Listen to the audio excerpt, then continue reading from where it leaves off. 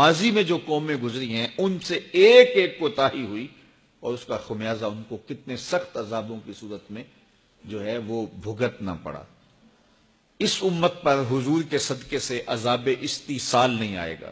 عذاب استیصال وہ ہوتا ہے جو قوموں کو برباد کر کے رکھ دے، قوموں کے وجود کو ختم کر دے، جس طرح شہر مدین پر آیا، قوم عاد پر آیا، قوم سمود پر آیا، اصحاب رس پہ آیا، جن لوگوں پہ عذاب آئے، پچھلی امتوں پہ عذاب آئے، کئیوں کو الٹ دیا گیا، کئیوں کی شکلیں بدل دی گئی، کئیوں کو زمین میں دھنسا دیا گیا، کتنے سخت سخت عذاب آئے، لیکن اس امت پر عذاب استیصال نہیں آئے گا، لیکن چھوٹے چھوٹے جھٹکے عذاب کے انہیں پہنچتے رہیں گے۔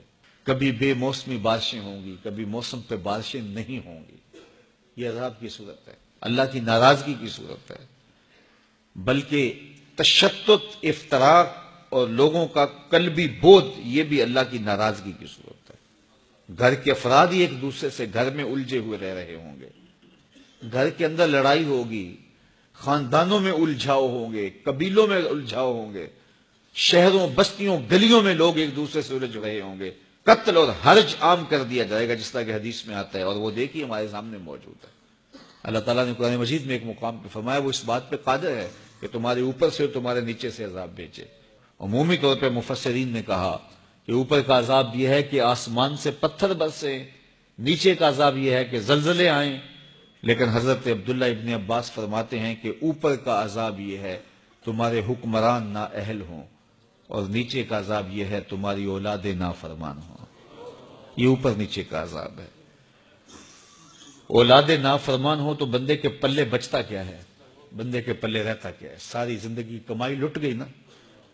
جن کو کمائی کر کر کے منہ میں نوالے دیتے رہے وہ آگے کھڑے ہو جائیں تو پھر کیا پلے رہتا ہے بندے کے؟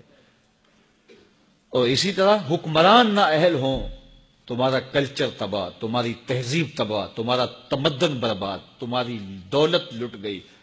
آپ دیکھیے کچرے کے ڈھیر ہیں، پورا ملک بنا ہوا۔ یہ اوپر نیچے کا عذاب ہے، یہ اللہ کی ناراضگی ہے۔ تمہیں تشدد اور افتراق میں مبتلا کر دیا جائے گا۔ اب ایک امت 72-73 گروہوں میں بٹ گئی، یہ اللہ کی ناراضگی ہے۔ تم لابیوں میں، فرقوں میں، گروہوں میں تقسیم ہو گئے، ایک دوسرے کا گریبان نوچ رہے ہو۔ یہ شریکہ برادری تو اللہ کی رحمت تھی، لیکن یہ زحمت بن گئی۔ شریک شرکت سے تھا، دکھ اور درد میں شریک۔ شریک کا یہ معنی تھا۔ فقہا نے لکھا ہے اگر کسی سے قتل خطا ہو جائے، قتل خطا کیا ہے کہ تیر مارا اس نے جانور کا شکار کرنے کے لیے، لیکن ہوا کے رخ پر تیر کا رخ بدل گیا اور تھوڑا سا وہ جا کے کسی انسان کو جا لگا اور وہ مر گیا، تو یہ قتل عمد نہیں ہوگا، یہ قتل خطا ہوگا۔ اس طرح یہ گاڑی ٹکرا گئی تو یہ بھی قتل عمد نہیں ہوتا ہے، یہ بھی قتل خطا ہوتا ہے۔ تو اس کا قصاص نہیں ہے، اس کی دیت ہے۔ غریب آدمی اگر اس سے قتل خطا ہو گیا تو پھر وہ کس طرح دیت ادا کرے گا؟ تو فقہا نے لکھا کہ اس کی شریکہ برادری اس کی مدد کرے گی، کیونکہ شریک جو ہیں اس کے، تو اب دکھ بنا ہے اس کے اوپر، مصیبت میں پھنس گیا ہے تو اب شرکت کرے نا۔ تو یہ شریکہ برادری ہے۔ شریکہ برادری رحمت تھی، اوکھے ویلے کام آنے والی تھی، لیکن یہ اللہ کا ایسا عذاب بن گیا کہ بیٹی کی شادی ہے اور شریکہ برادری طاق میں بیٹھی ہوئی ہے کہ کھانا کم پڑے اور ہم تماشا بنائیں۔ وہ اس طاق میں بیٹھی ہوئی ہے، تو یہ شریک تو رحمت تھے، یہ رحمت بن گئے۔ یہ کیوں ہوا ایسا؟ اللہ کی ناراضگی کی وجہ سے۔ عذاب استیصال اس امت پہ نہیں آئے گا، اس طرح کے عذاب آئیں گے۔ بدی کا ماحول پیدا ہو جائے گا، نیکی کا ماحول تلاش کرنا مشکل ہوگا، اچھے لوگوں کی صحبت میسر نہیں آئے گی۔ اور آج دیکھ لیجئے کہ آج ہم اگر ڈھونڈنے نکلے تو سالے ماحول میسر ہی نہیں آتے۔ کسی زمانے میں شہر کی بجائے کہتے ہیں کہ گاؤں میں عافیت زیادہ ہے، گاؤں بھی اب برباد ہو گئے۔ کسی زمانے میں ایک شخص کی بیٹی پورے گاؤں کی بیٹی ہوتی تھی، اب جس کی بیٹی ہے اسی کی بیٹی ہے۔